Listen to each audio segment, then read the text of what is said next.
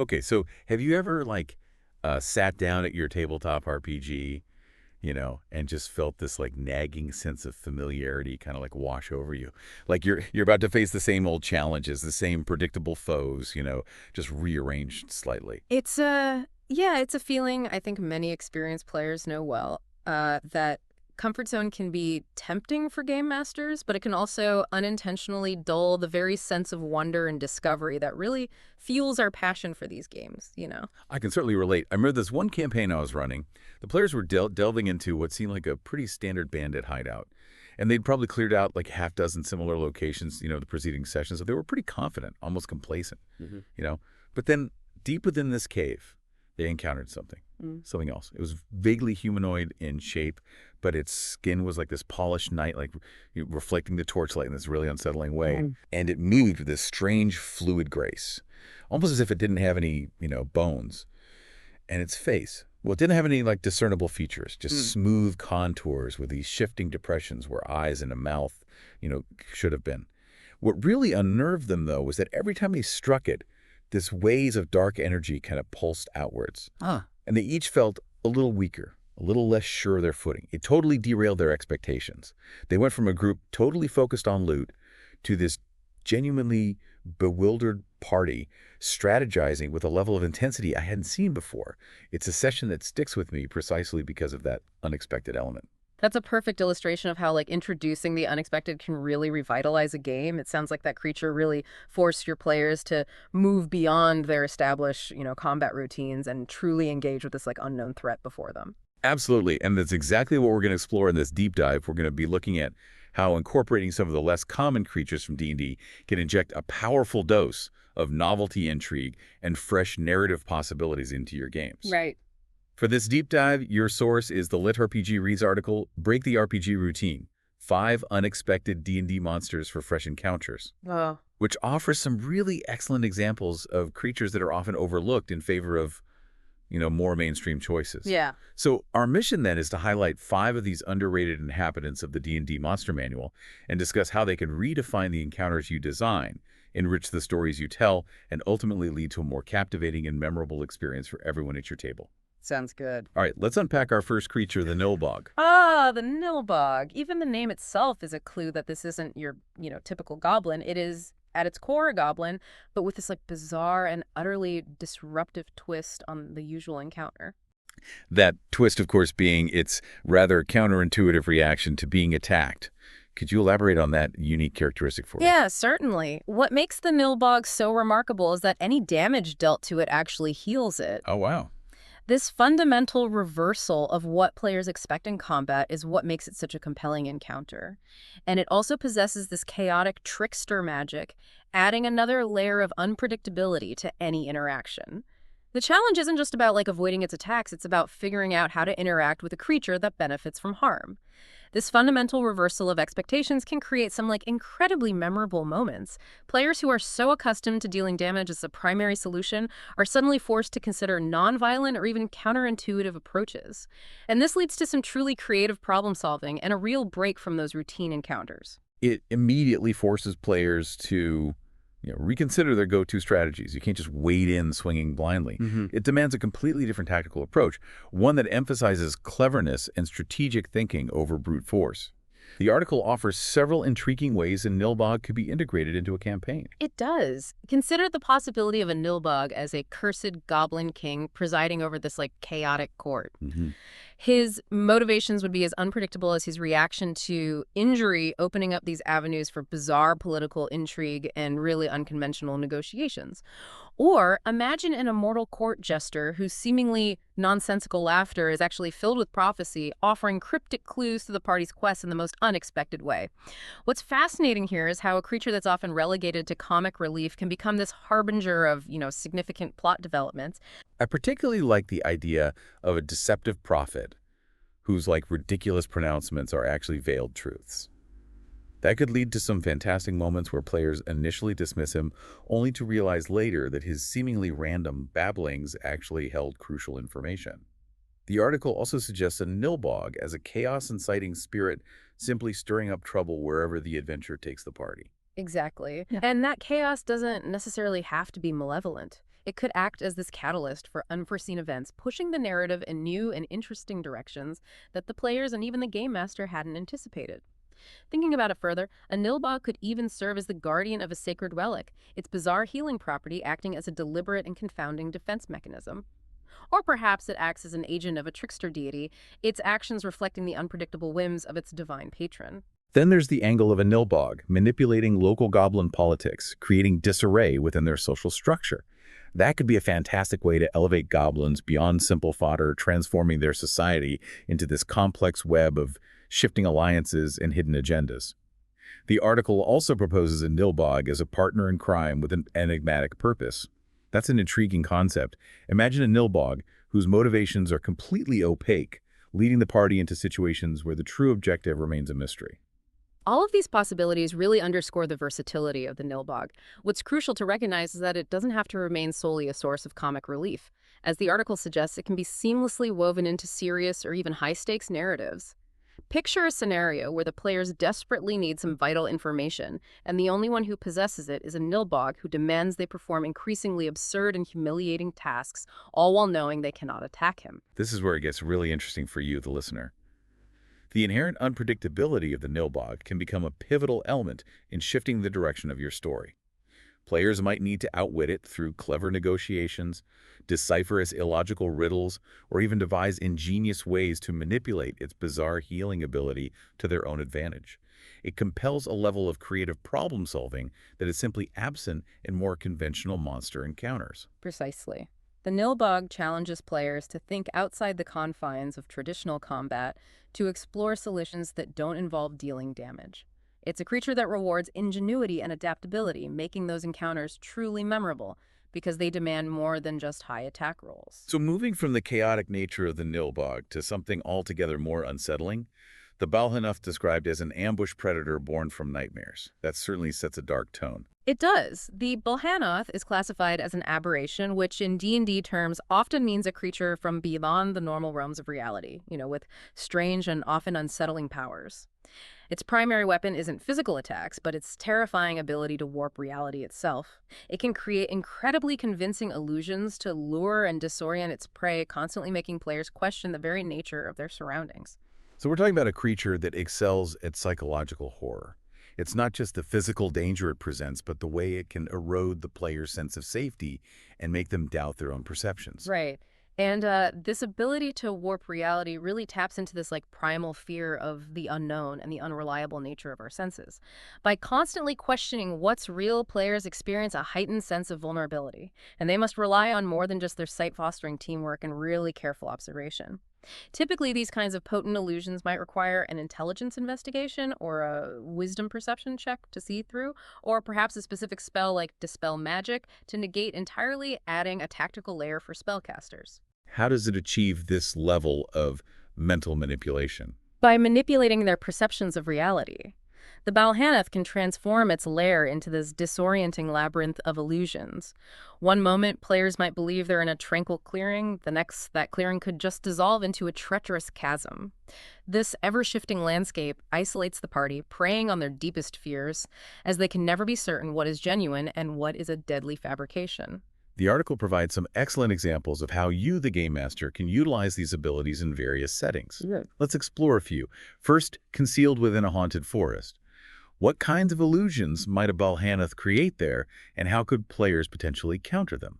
So in a haunted forest, a banoth might conjure illusions of shifting trees that block their path, or fleeting shadowy figures lurking just beyond their vision, playing on the inherent eeriness of the location. Yeah. The suggested counteraction here is to actively attempt to dispel the illusions, highlighting the crucial role of magic in navigating its deceptive domain.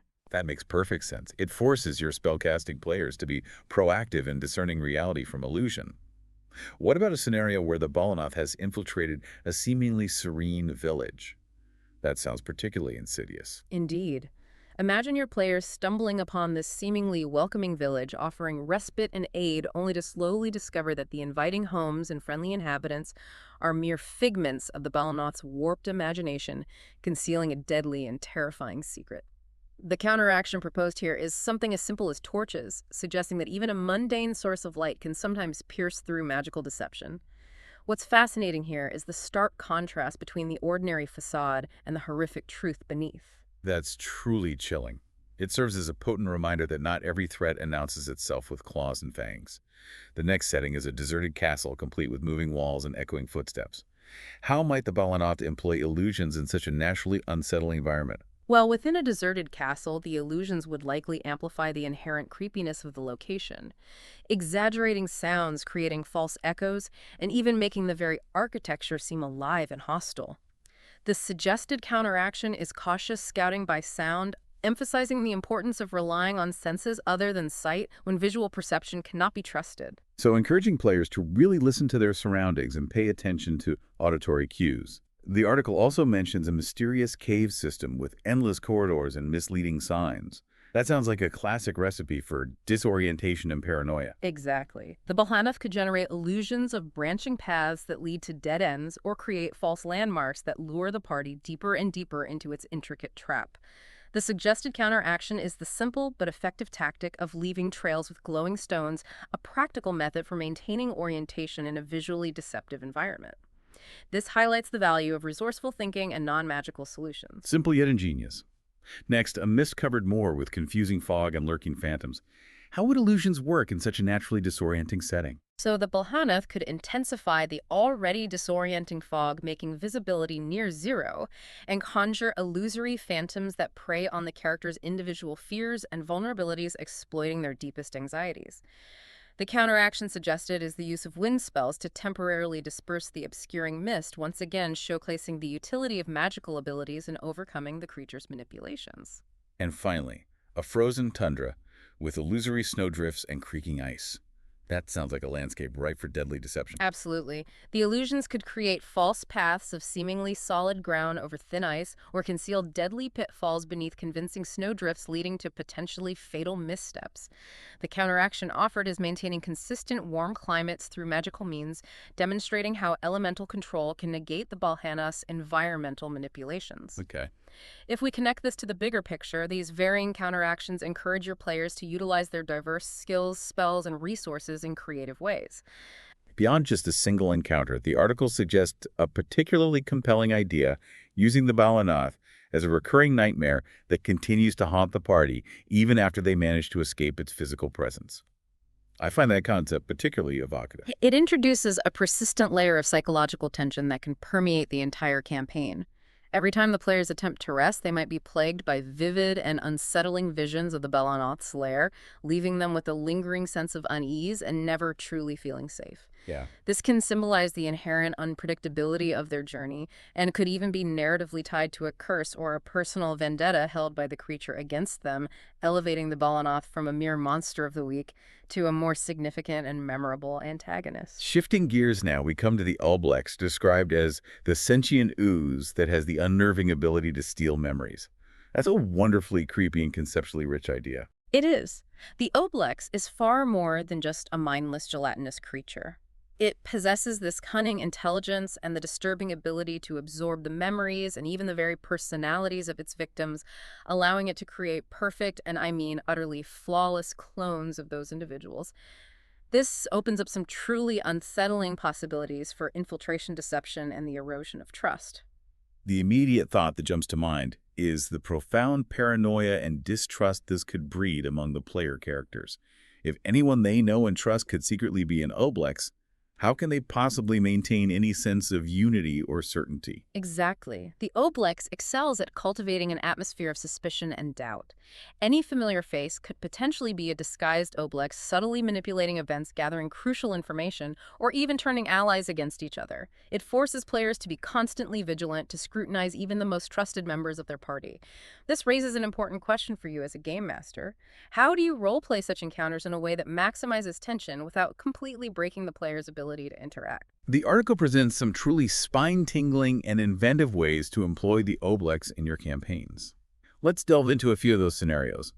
Imagine an Oblex infiltrating a noble court, replacing trusted advisors.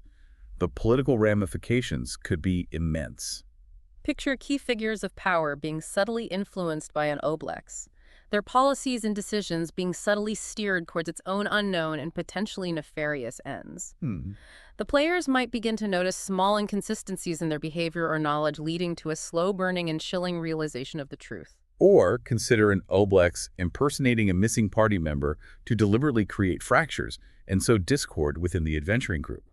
That's a particularly insidious and personal betrayal. The Oblex could exploit existing personal tensions and insecurities, subtly twisting words and actions to drive wedges between the adventurers from within. It's a betrayal on a deeply personal level, undermining the very foundations of their camaraderie. What about an Oblex mirroring influential figures within a community to subtly push its own hidden agendas? Again, the potential for widespread manipulation is deeply unsettling. An Oblex could subtly alter public opinion, incite unrest and chaos, or even instigate conflicts between different factions by perfectly impersonating those in positions of authority.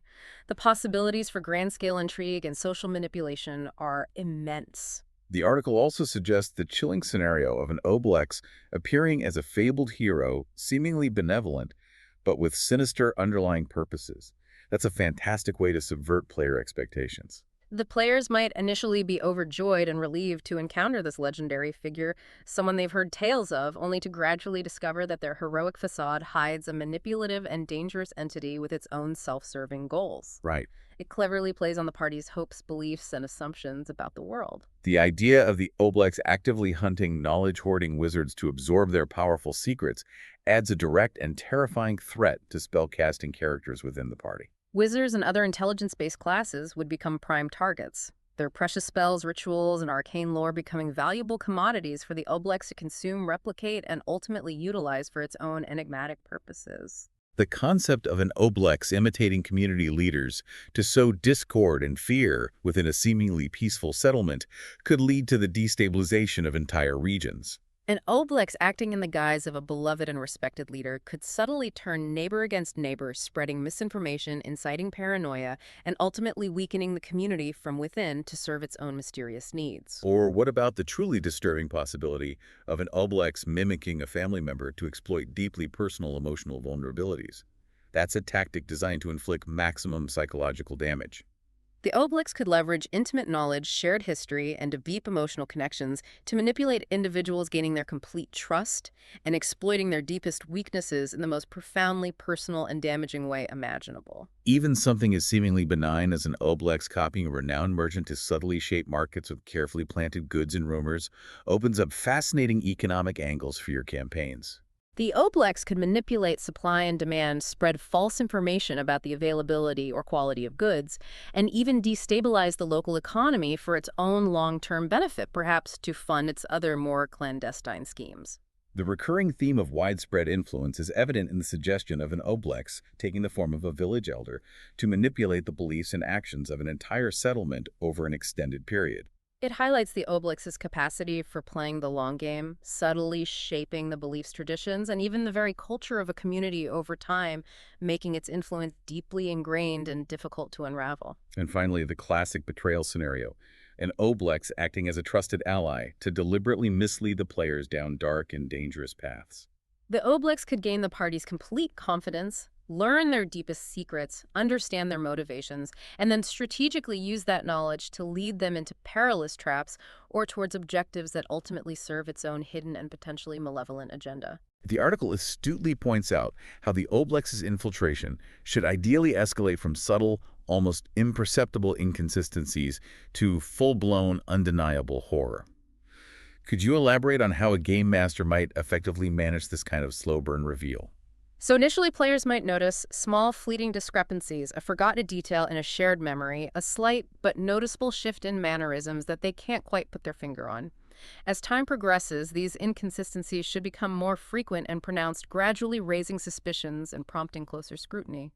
The true horror often takes hold when the party finally realizes the full extent of the deception, the number of individuals potentially compromised, and the devastating consequences of their misplaced trust. And the climax of confronting an Oblex isn't simply a physical battle to the death, is it? There's a deeper, more personal element involved. No, it's also intrinsically linked to reclaiming those stolen memories, piecing together the truth from the fragments of stolen lives, and perhaps even more significantly, attempting to rebuild the shattered bonds of trust within the adventuring party. The experience of being so thoroughly deceived and having their very identities potentially stolen can leave lasting psychological scars even after the physical threat of the Oblex has been neutralized. The victory in such encounters is often bittersweet and carries significant emotional weight. Okay, let's now turn our attention to the banderhob, described as a shadowy kidnapper beast that lurks and thrives in the forgotten urban underbellies.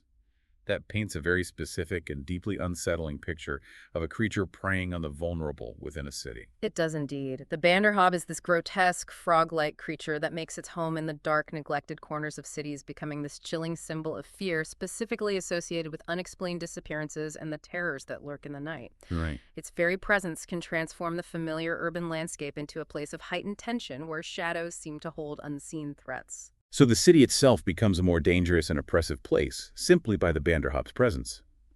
How has it achieved this pervasive atmosphere of fear? By becoming intrinsically linked to a pattern of disappearances, the banderhob subtly weaves itself into the fabric of urban anxieties and folklore. These disappearances can then become intertwined with existing political intrigue, unsolved mysteries, and the proliferation of unsettling rumors, creating a pervasive atmosphere of suspicion and unease that affects the entire community. The banderhob often acts as a silent and unseen enforcer for various criminal enterprises or clandestine cults operating within the city's shadows, further connecting it to the darker and more sinister elements of urban life. The article provides several interesting encounter hooks and potential roles that a banderhob could play within a campaign. Let's explore some of those possibilities.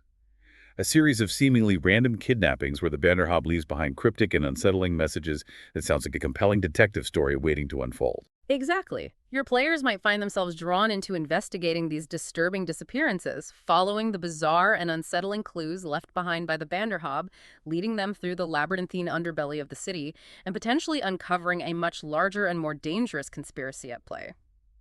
Then there's the role of a shadowy enforcer for hire, working for a powerful local crime lord.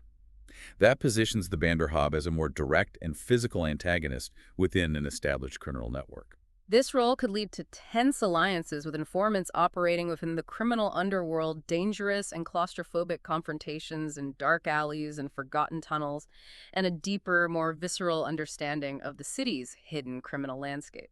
The concept of the banderhob, acting as a protector of ancient and forbidden rites for a sinister cult of darkness, adds a distinctly supernatural and ritualistic element to his presence. In this scenario, your players might need to infiltrate the cult's hidden lairs, disrupt their dark and forbidding rituals, and ultimately confront the banderhob to stop its involvement in their malevolent practices and whatever dark purpose it serves. The idea of the banderhob being a veiled protector of a seemingly haunted district offers an interesting twist where its actions might not necessarily be inherently malicious, but rather driven by a strange or misunderstood purpose. Your players might initially perceive the banderhob as a straightforward threat, only to gradually discover that it is actually guarding something of significance or acting according to a bizarre, perhaps even tragic logic. Yeah. This could lead to a more nuanced and morally ambiguous encounter where combat isn't the only or even the best solution. The concept of a spirited avatar serving an ancient legend tied to a curse affecting a moonlit child adds a layer of folklore and the potential for a specific counter-curse or ritual to break the connection. In this instance, your players might need to delve into local legends, forgotten histories, and ancient folklore to understand the banderhob's connection to the curse and ultimately find a way to break it, potentially leading to a quest for specific artifacts or the performance of a forgotten ritual. Finally, the role of a secret accomplice to a larger conspiracy, perhaps as an unlikely ally of a hidden and corrupt magistrate, brings in a compelling element of political corruption and hidden agendas. Your players might find themselves uncovering this vast web of deceit and corruption reaching the highest levels of city government, with the banderhob acting as a shadowy enforcer for a hidden and malevolent regime. Outsmarting not only the monstrous banderhob, but also the corrupt officials pulling the strings would require both cunning and considerable bravery. The article astutely suggests using banderhobs in the context of broader conspiracies involving darker forces or clandestine factions. How does integrating them into such larger plots amplify their overall impact on the campaign? By linking the banderhob to more intricate and far-reaching plots, it becomes far more than just a solitary monster snatching people off the streets. Its actions become an integral part of a larger tapestry of intrigue, significantly deepening your players' involvement in both the personal and the wider political aspects of the campaign. Uncovering the banderhob's specific role can serve as a crucial piece in unraveling a much larger and far more dangerous conspiracy that extends beyond simple monster encounters. Finally, we arrive at this Rizu, described as living wildfire. That sounds less like a creature and more like a destructive force of nature itself. Exactly. The Srizu is not merely a creature. It is a sentient wildfire, a physical manifestation of pure fire and unbridled chaos, possessing the terrifying capacity for both widespread environmental destruction and even the ability to possess other living beings. It truly embodies the raw, untamed, and destructive power of flame. So its impact extends far beyond simply burning physical objects. It can transform entire environments into deadly infernal hazards and even seize control of living creatures, turning them into unwilling agents of its fiery destruction. Precisely. Wooden settlements become instant tinder in its path, and living beings can become unwilling vessels, their bodies consumed and controlled by its fiery essence. Confronting a Srizu demands more than just physical strength and conventional weaponry. It requires strategic thinking, a deep understanding of elemental forces, and often desperate measures to contain its destructive potential. The article presents a variety of potential manifestations and roles for a Srizu within a campaign. Let's examine some of those. A cursed relic that radiates heat and spreads fire wherever it goes, that could be the inciting incident for a major regional crisis. In such a scenario, your players might be tasked with the urgent mission of locating and either containing or utterly destroying this cursed object before its fiery influence consumes a significant portion of the surrounding lands. What about a vengeful spirit now embodied as living flame haunting a city constructed primarily of wood, fueled by an ancient and burning wrath? That adds a layer of motive and the potential for appeasement or uncovering the source of its fury. Understanding the spirit's past grievances, the source of its burning rage, might be the key to stopping its destructive rampage, offering a path to resolution that goes beyond simple attempts at extinguishing the flames. The Srizu could also manifest as a natural disaster that your players must actively attempt to contain and mitigate through daring rescue missions focusing on protecting innocent lives caught in its destructive path. In this role, the Srizu becomes less of a direct combatant and more of an overwhelming environmental hazard that demands immediate and decisive action, forcing players to make difficult choices about who to save and how best to control the relentless spread of the flames. Alternatively, the Srizu could be presented as a manifestation of a fire deity's will, potentially acting as either a test for the players, a form of divine retribution, or even a source of unexpected aid, depending on the deity's intentions. In this instance, your players might need to discern the deity's motives behind the Srizu's appearance to either appease the divine power or understand the greater purpose behind the fiery devastation. The idea of a possessed artifact radiating intense heat and sought after by desperate mages in their own perilous quests introduces a magical element and the potential for powerful rewards or catastrophic consequences depending on who gains control. Your players might find themselves in direct competition with other factions, perhaps power-hungry mages or fanatical cultists, all vying to control the immense and dangerous power contained within the Srizu-infused artifact for their own selfish purposes. What about an ensorcelled weapon wielder, now tragically channeling the Srizu's destructive powers, offering a more direct humanoid face to the fiery threat? In this tragic scenario, your players would need to confront and defeat the individual wielding the Srizu's power while simultaneously dealing with the incredibly destructive energies they are unleashing, perhaps even seeking a way to save the individual from the fiery influence consuming them. The Srizu could even serve as the catalyst for a much larger geological event, such as a volcanic eruption, raising the stakes to near-apocalyptic levels for the surrounding region. In this high-stakes scenario, the Srizu's appearance could be the harbinger of a much more significant and widespread geological disaster, requiring the players to not only contend with the immediate threat of the fire, but also potentially find a way to prevent a cataclysmic eruption. Finally, the concept of the Srizu being the torchbearer of a cursed lineage. Yeah. Its existence intrinsically bound to embers and ashes adds a tragic and potentially hereditary element to its fiery existence. Understanding the long and sorrowful history of this cursed lineage might reveal a hidden key to breaking the destructive cycle, offering a path to resolution rooted in ancient lore and potentially personal sacrifice. The article emphasizes the importance of creating intense tension when featuring a Srizu utilizing fear, a sense of overwhelming urgency and palpable anticipation. How can game masters effectively achieve this kind of atmosphere at the table? By painting vivid and terrifying scenes of the Srizu's raw, destructive power, emphasizing the incredible speed and intensity of the flames, and constantly reminding the players of the limited time they have to act before everything they know is consumed. Even seemingly small, isolated fires can become terrifying when the looming threat of the sentient wildfire hangs over them. This prompts players to truly consider the broader implications of destruction, the possibility of renewal, and the delicate balance of nature. It also touches upon the moral implications that can arise when confronting such a primal and destructive force. What kind of difficult moral dilemmas might your players face? Players might be forced to make agonizing choices, such as choosing between attempting to contain the fire at the cost of sacrificing a particular building, or even the lives of a few to save many, or attempting to extinguish the seemingly unstoppable blaze entirely with unpredictable and potentially devastating consequences. Yeah. This reason forces them to grapple with complex ethical considerations regarding the delicate balance of nature and the potential for both utter destruction and eventual rebirth. So as we've heard in this deep dive, these 5 often underappreciated creatures, the bizarrely resilient nilbog, the reality-bending banoth, the memory-devouring oblex, the urban predator known as the banderhob, and the all-consuming Srizu, each possess this incredible potential to inject something truly novel and exciting into your D&D campaigns, offering a welcome respite from the predictable. Right. They compel players to move beyond their standard combat routines, forcing them to adapt their strategies, rethink their fundamental approaches to problem solving, and ultimately engage with the game on a deeper, more strategic, and far more memorable level. It's these unexpected challenges and the intriguing narratives they inspire that truly elevate tabletop role-playing experiences. We strongly encourage you, our listener, to consider how you might integrate these or other lesser-known monsters from the vast D&D bestiary into your own games. They can be the key to unlocking fresh and exciting storytelling opportunities and crafting truly unique and unforgettable encounters for your players. Absolutely. A big thank you to LitRPG Reads and to Paul Bello for bringing these fantastic and often overlooked creatures to our attention in their insightful article. And now we'd love to hear from you.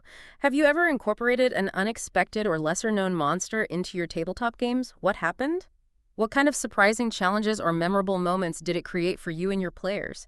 Share your stories, your opinions, and your own favorite underrated monsters in the comments below.